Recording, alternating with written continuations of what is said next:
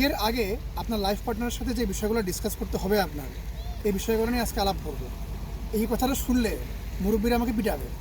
কেন জানেন? কারণ তাদের কথা হচ্ছে ফ্যামিলি ভালো, সবই ঠিক আছে, তাহলে আবার এত কথার কি আছে? মেয়ে দেখতে গেছো, বিয়ে করে চলে আসবা। মেয়ের ক্ষেত্রে বিষয়টা সেম, মানে এক শুক্রবারে মেয়ে দেখবা, পরে শুক্রবারে বিয়ে করবা, লাইফ সেট। এই হচ্ছে মুরব্বীদের হচ্ছে চিন্তাভাবনা। কিন্তু আমি সবসময় বলি যে বর্তমানে কিন্তু ছেলেমেয়ের চিন্তাভাবনা কিন্তু মুরব্বী বা গার্জিয়ান বা ফ্যামিলি দ্বারা নিয়ন্ত্রিত না। তাদের চিন্তাভাবনা হচ্ছে ইন্টারনেট দ্বারা নিয়ন্ত্রিত, তার বন্ধুবান্ধব দ্বারা নিয়ন্ত্রিত। কারণ প্রায় বেশিরভাগ সময় সে কাটায় হচ্ছে স্কুল কলেজে বা বন্ধুবান্ধবের সাথে বা ইন্টারনেটে, ফেসবুকে, ইনস্টাগ্রামে। এই কারণে তো আসেন আজকে আমি মোটামুটি 6টা ব্রড টপিক নিয়ে কথা বলবো, যে টপিক নিয়ে অবশ্যই হচ্ছে আপনার লাইফ পার্টনারের সাথে আপনার ডিসকাস করতে হবে বিয়ের আগে। আবারও বলি, বিয়ের আগে। বিয়ের পরে এইসব কথা নিয়ে কথা বলে কোনো লাভ নেই।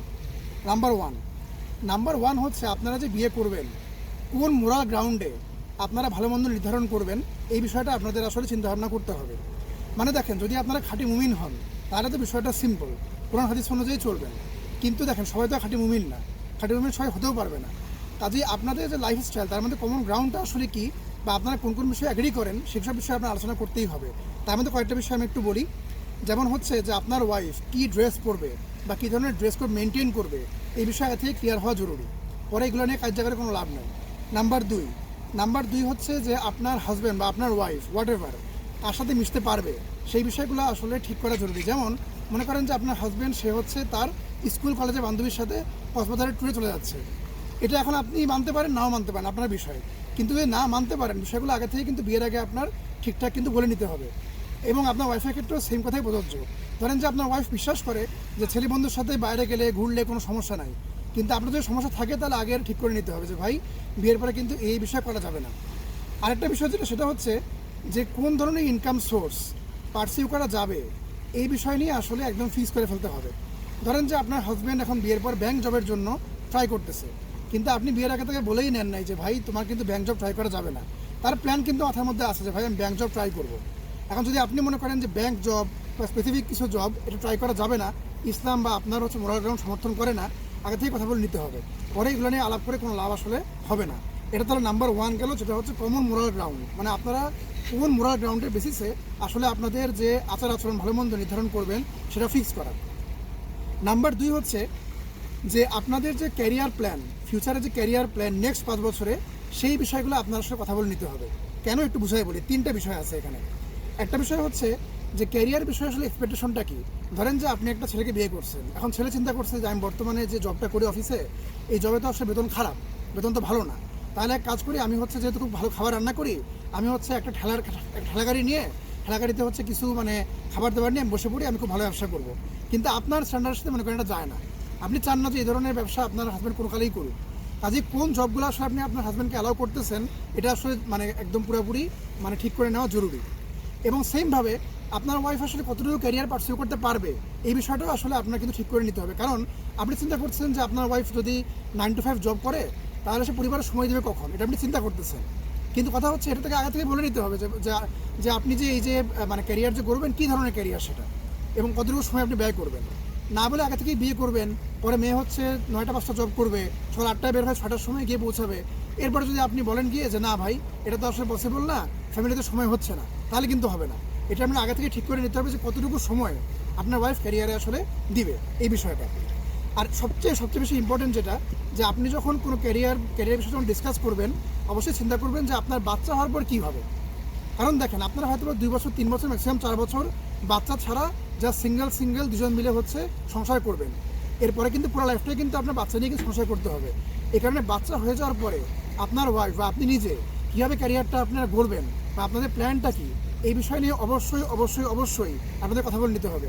এবং 99% কেসে এই নিয়ে কেউ কোনো কথা বলে না। পরে যখন বাচ্চা হয়ে যায় তখন সবাই মিলে একটা দ্বন্দ্ব গোসা, যে হ্যাঁ তুমি কেন বাচ্চাকে সময় দাও না, তুমি কেন এটা করো না ওইটা করো না, এগুলো বললে কিন্তু পরে হবে না।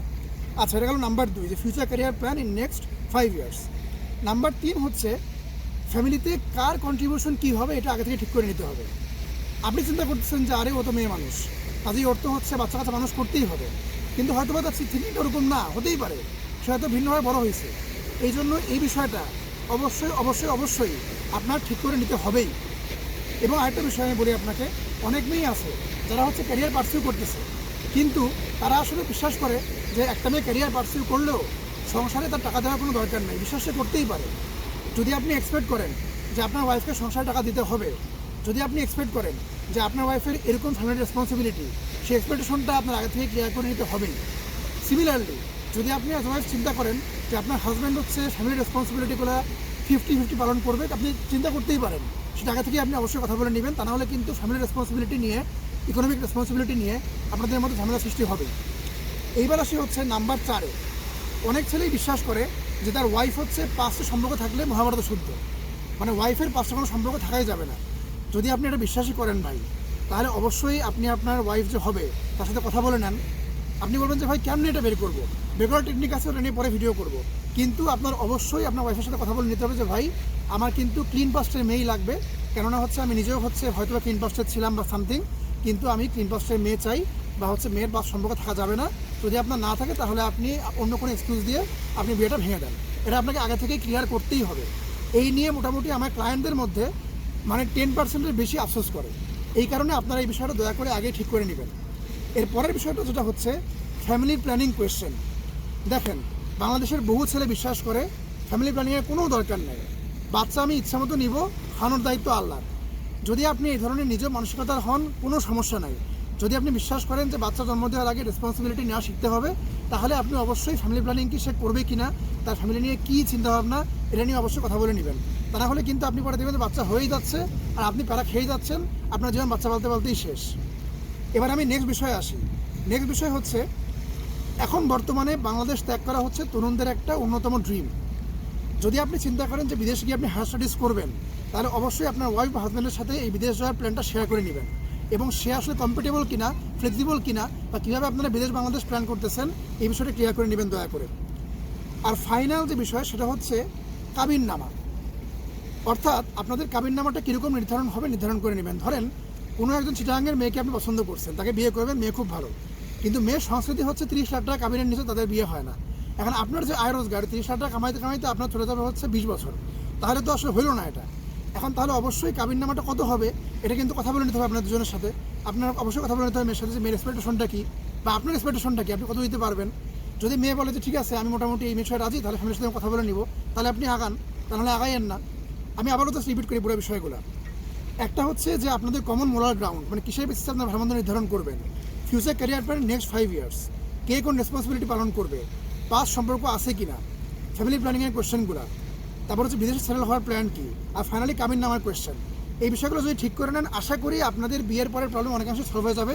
অনেকেই চিন্তা করেন যে আমি নোয়াখালী জেলা, নোয়াখালীর মেয়ে বিয়ে করবো, চিটাগাং জেলা, চিটাগাংয়ের মেয়ে বিয়ে করবো, আমার সমস্যা সলভ। জীবনেও না, জিন্দিগিতেও না।